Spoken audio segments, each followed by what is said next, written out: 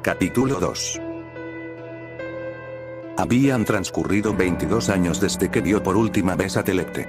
Ahora era otro, empezando por lo más básico. Melchor tenía 44 años, inviernos, como a él le gustaba decir. Aparte de saber un par de cosas más sobre el oficio de nigromante, lo cual no es más que un sarcasmo antipático, porque en esta oportunidad sabía de hecho mucho más, el señor, de pie exactamente en ese mismo cuarto, en ese mismo edificio abandonado en el que había estado tantos años atrás cuando joven, se hallaba vistiendo la misma túnica, en compañía de Gabriel y Helio, dos jóvenes de 28 y 30 años, y si había algo relevante que decir sobre ellos es que sonreían como dos cretinos y que, naturalmente, pocos sabían de lo que les esperaba. Un minutito, chicos. Que estoy checando un par de cosas. Melchor se mojó los labios y siguió leyendo una Biblia sostenida al revés. En realidad tenía una revista de Condorito debajo, Gabriel era tímido, Helio no tanto. Ambos eran tan malos como el hambre, pero de una manera estúpida.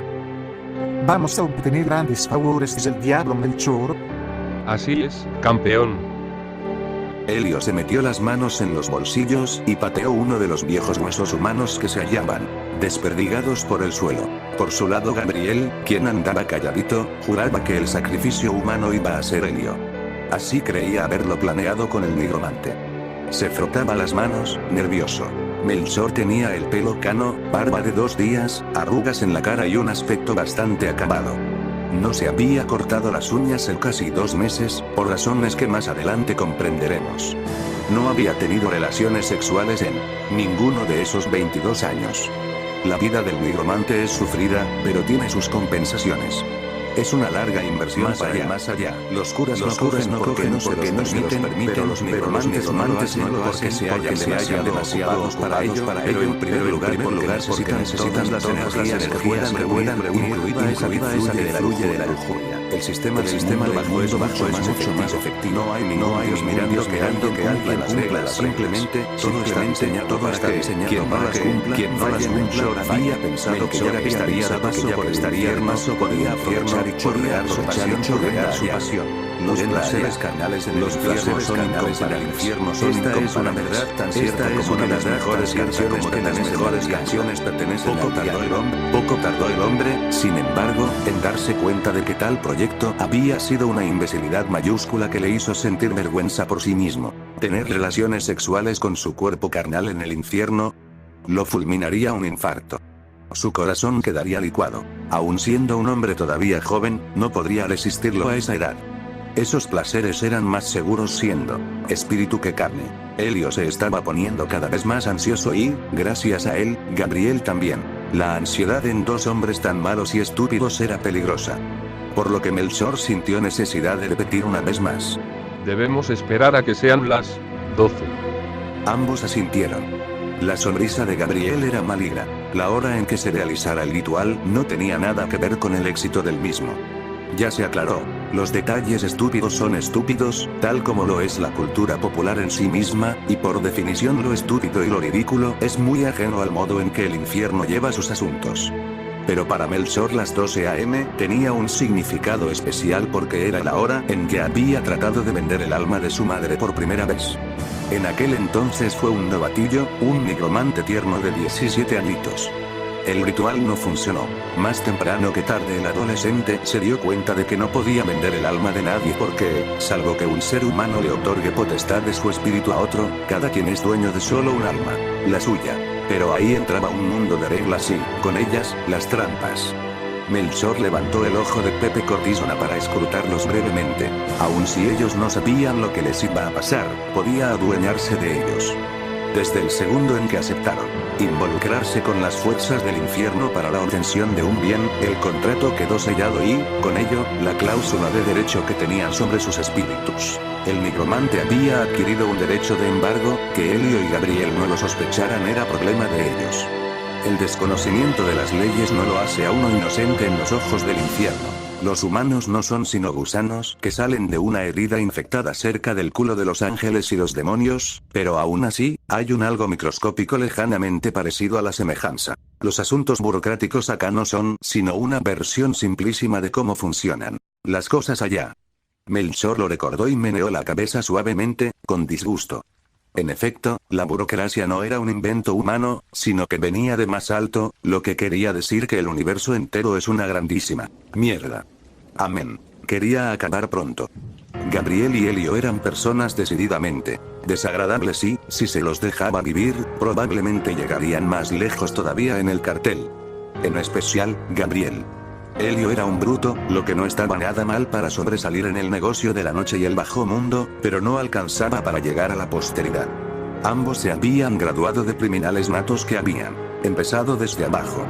Y a pesar de que estaban orgullosos y llenos de sí mismos, respetaban mucho a Melchor. No solo porque lo consideraban un instrumento de poder, sino porque, a pesar de que no pertenecía a ninguna secta, era un faro de luz de ese mundo que yace debajo del submundo. Ese del que solo hablan con miedo los criminales más devotos.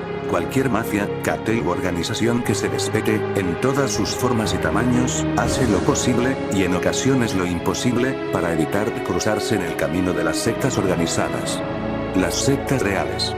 No la de los tipos ridículos que se visten como putos mimos, sino las que están conformadas por doctores, abogados, ingenieros y cirujanos. Esas sectas.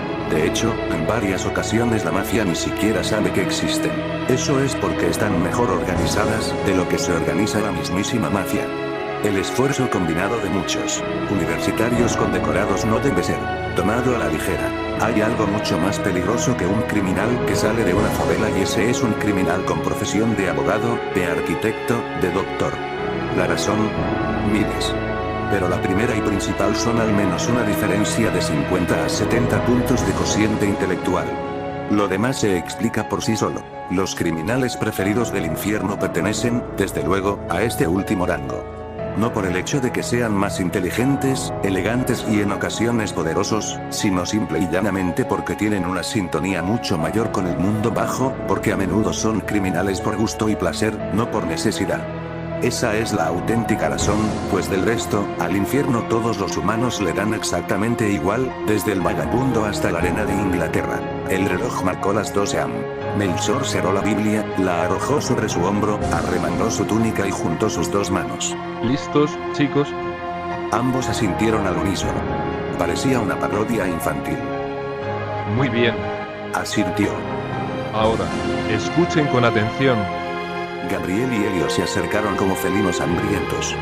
Melchor correspondió con una sonrisa. Agárrense de las manos. Los delincuentes se vieron entre sí con incomodidad. Melchor dedicó una breve sonrisa de complicidad a Gabriel. Esto hizo que el lampón tomara casi con brusquedad la mano de su compañero. Melchor bajó la cabeza, haciendo una rápida medición de su propio cuerpo. Acto seguido, tomó a cada sujeto por el hombro y los separó todo lo que la longitud de sus brazos alcanzó, haciendo, además, que arquearan sus brazos en un semicírculo. Merezco entrar a las puertas del gran reino sin quedarme atorado como un imbécil. Ambos miraron al nigromante, confundidos. Elio fue el primero y último en hablar. ¿Qué? Melchor cerró los ojos. Su boca dibujó un rictus cruel, horizontal y apretado. Levantó los brazos por sobre las cabezas de los criminales apretando los puños con fuerza, aguantando la respiración. Al cabo de un rato, sus manos empezaron a temblar. Elio y Gabriel podían sentir que el ambiente se hacía progresivamente pesado y desagradable. Lágrimas de sangre comenzaron a deslizarse a través de las hendiduras que las uñas del nigromante se había abierto a sí mismo entre las líneas de las manos. Estas hicieron un breve recorrido hasta la muñeca y cayeron justo donde debían, sobre las cabezas de sus víctimas.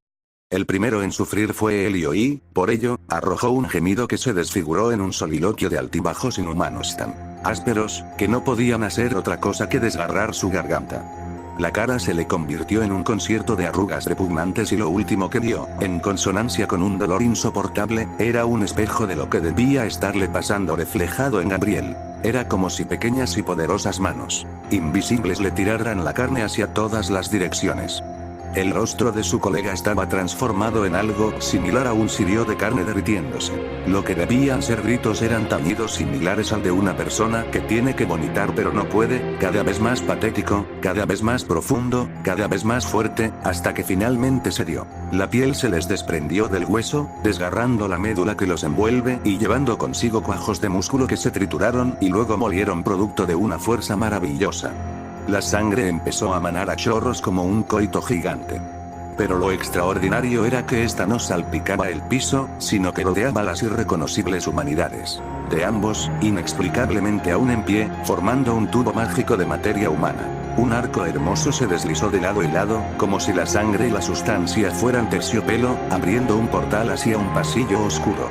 Melchor suspiró profundamente. El corazón le palpitaba. Se hallaba maravillado pero, sobre todo, aterrorizado. Sin embargo, ese terror era bienvenido, pues ese lugar cuyas puertas se habían abierto demandaba respeto. Entró con la gracilidad de un monje, sin mancharse la túnica de sangre o algo peor. Su emoción no daba lugar a toda la reflexión y majestuosidad del momento, así que caminó y caminó.